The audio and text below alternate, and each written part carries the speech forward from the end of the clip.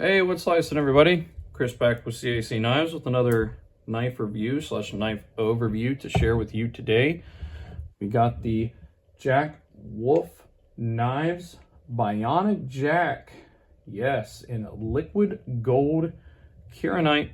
Now these knives, it's my first I've ever had of Jack Wolf knives, but these knives come in this unique kind of case, kind of like if you know the knife brand GEC is coming kind of a similar thing here.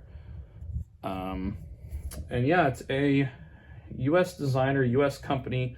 These are made in China. I'm not sure who OEMs them.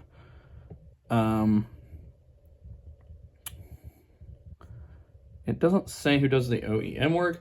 Whoever it is though, I'm sure does a great job based on how the knife is. The can is made in England. Interesting. I would not have guessed that. Did come with this little kind of cardboard coin as well. But if you've seen other versions of this knife, you will notice mine is unique and one of a kind. None of these configurations exist quite this way in the world. And the reason for that is I have a purple hardware set for this knife. And how I got that was I, literally just asked him if he had any. There's other versions that have, purple hardware. And I was like, hey man, do you got any of those that would fit my knife? Because he told me that the other ones were full titanium handles, so the hardware is a little different. He's like, yeah, I got a set. You want it? I was like, yeah, for sure. I'd love to add another color to my knife. I gave him $5 and he sent it right out to me. Awesome guy, awesome company. And yes, it made this knife look a whole nother level without just the gold Kirinite in there, which Kirinite, of course, is one of my favorite knife materials for how it looks. The camera never does this stuff justice. I know it does look good on camera, but trust me, it looks even better in person. Now, I got kind of a cool version. I can't even still figure out if I like it this way or I hate it this way. That has, it just has the two black lines on each side, so it's like perfectly even, but it also doesn't have any craziness going on in the middle. So I can't decide in my head if I love it or if I wish that it had black in the middle. I can't fully figure that out. But you know what? Doesn't matter because this knife is awesome. Let's get that blade out. These are in S90V super steel. These are not cheap knives by any means. Jack Wolf knives are not cheap. Definitely higher end in my opinion of production knives for sure. I don't know if custom knives even have a category. They should just be in their own category. But when we're talking productions, this is definitely high end in my opinion. And we are going to get into this knife today. What I like to do, for those of you that are new to my channel, I do a 10-point system in 5 categories. And the knife can receive a grade of 1 to 10 in each category. And you can kind of decide for yourself which categories are the most important to you. I also want to point out that we are 2 subscribers away from my first giveaway. I do have the knife in hand of what I'm going to give away. And not only am I going to announce the giveaway that week, I will do a review of the knife you will receive in that same week. That way, everybody who wants to participate in the giveaway can see exactly what they're going to receive in detail. So once I hit 500, I will do that giveaway. Hopefully I hit it this week so I can do, start the giveaway process next week and ship the winner of the gift their knife right after Christmas. So it'd be like you're getting kind of a late Christmas present there. Very cool how all that's lining up. So if you like what I'm doing, guys, consider subscribing, not just for the giveaway, but, I show off cool knives like this every week. I get new knives in all the time, and I love to do this, and I love hearing your guys' comments. So let me know what you all think of this knife. But let's get into the review. My first topic is fit and finish. Oh, easily 10 out of 10 for this knife. There is no argument or question. This knife, it's harder to do reverse flicks on camera, so that isn't always the knife. But this knife is perfect fit and finish everywhere. There is zero flaws in this knife. I will say it's not a flaw. It's just something that happens. This little corner of the piece of Kirinite right here it can catch you barely sometimes if you're really like doing this, but I personally have never felt it, just normal handling it. The only reasons I have felt it is because I tried to feel it. So I don't know if you can count that. Like obviously if it's open, you take your finger and you press right here, you're gonna feel it, you know. Show you what I'm talking about. You can see it sticking up right there, but any way else you use the knife, you don't even notice it's there, okay? Like I can't feel it doing this right here. So I wouldn't call that a fit and finish issue. That's just what happens when you have an inlay like this that needs to be up against the metal and you have a bolster lock, which is my favorite kind of lock, by the way, because it gives you kind of the benefits of both a liner and frame lock into one. But yeah, fit and finish is very good. There is no problems whatsoever. The knife came very smooth right out of the box, very centered. Lockup is solid, and yeah, I have zero complaints. Let's get on to the second point. Price for the materials and the work.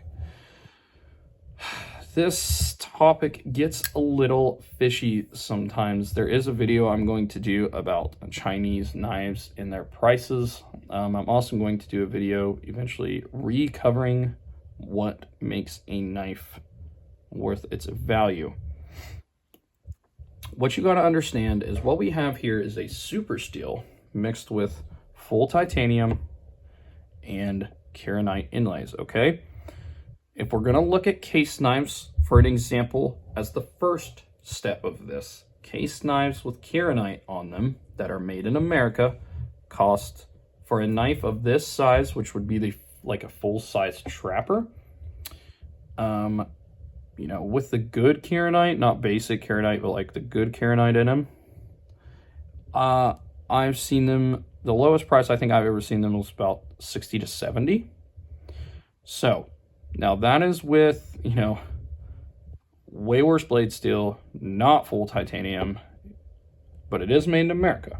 So, though I will say case knives, as far as like their knives coming, have not been as good as what they should be. I get Rough Riders sometimes that I think come in better like usability out of the box than I've seen case knives come for, which is sad to say the least. But anyway, we're not on the case knife, we're on this. So that's, oh god, hit the table, sorry for that. That's one point to make. So I mean, in that respect, you might be thinking this is overpriced, but I do want to do a video covering the cost, because here's the thing. The owner of Jack Wolf Knives has to make money. He is, you know, he's an American using resources over here to pay an OEM in China to make this knife, okay? The company that manufactures it has to make money, okay? And then it comes over here. His dealers have to make money. So, you know, in order for him to have a good living, you know, owning a company is stressful on its own. He deserves to have a decent living. He's going to have to charge a decent amount for these knives. These knives cost around $350. Okay? Now, S90V on, you know, not like, I don't want to say the lower end Chinese companies, but the lesser known Chinese companies, you can get S90V knives for about $150 with full titanium, just plain full titanium, but full titanium. You can get it for about, you know, $140, $150 in most cases.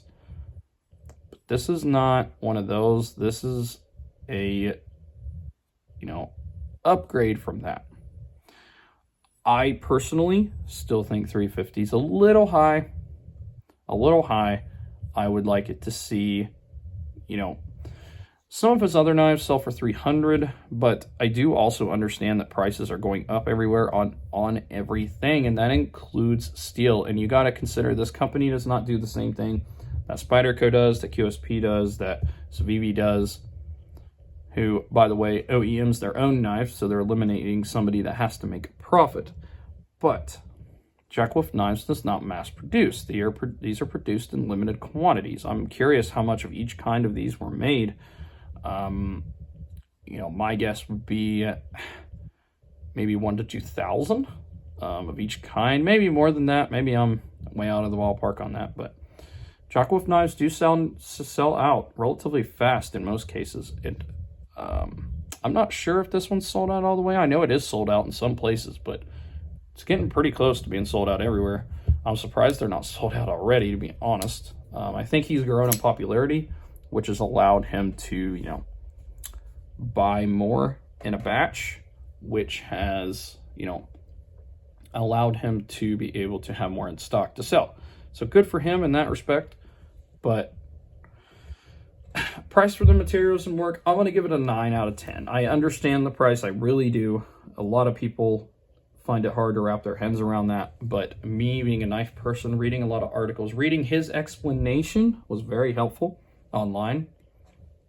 He did a full breakdown, which I'm going to use the same explanation he gave in my video to explain why these knives cost the way that they do. A lot of people like to spurt out opinions on things they don't know about or don't understand or don't know the facts.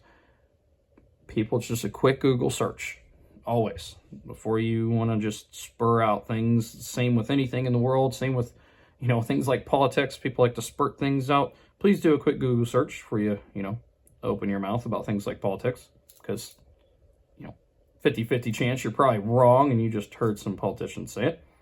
Same with anything. That's the same with this. So before you just yell about its price, look up why it costs what it does, okay? And maybe you'll get a better understanding.